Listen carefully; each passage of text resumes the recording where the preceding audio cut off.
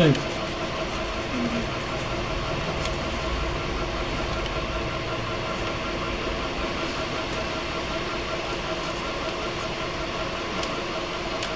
এটা কি হবে?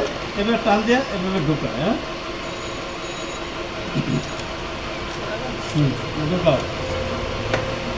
এই এখন এখানে একটা জিনিস আছে, যখন ওই মেশিনটা তুমি করবা, টাইমিং করার সময় এইটারে তাল স্ক্রু বুঝো, যেমন এক সাইডে বেশি আছে, এক সাইডে কম আছে, তাহলে এটা কোন জায়গায় কাজ করে?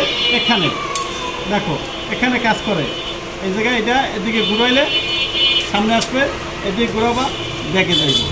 সেটা তোমার টাইমিং করার সময় তোমার নিজের সাথে যখন টাইমিং করবো ওটা দেখাবার পরে, এখন এটা খুললাম, এটা দেখালাম, সামনে যখন আসবে তখন এটা ঘুরাবা, এই যে এটা সোজাই থাকবে, এটা ঘুরাবা সামনে আসছে, আবার এদিকে নেওয়া পিছিয়ে যাবে। তখন টাইমিংটা করো, যখন তোমার হুক টাইমিং করো না প্লেন মেশিনে, সামনে পিছিয়ে আনো না, কিন্তু এটা অটো স্ক্রুতে সামনে পিছিয়ে আসবে।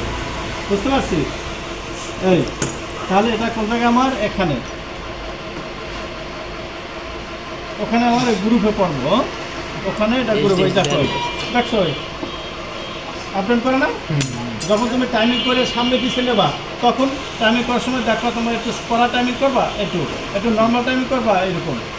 মানে দেখো ফস পরে তার কী করতে হবে? টাইমিং আবার ফাঁকা আছে, তুমি হালকা একটু টাইমিং কিছু করা লাগবে না, শুধু এই নাটটা লুজ দিয়া এদিকে কেন, কিন্তু এই স্ক্রু যদি লুজ না দাও তাহলে তোমার এটা লড়বো না।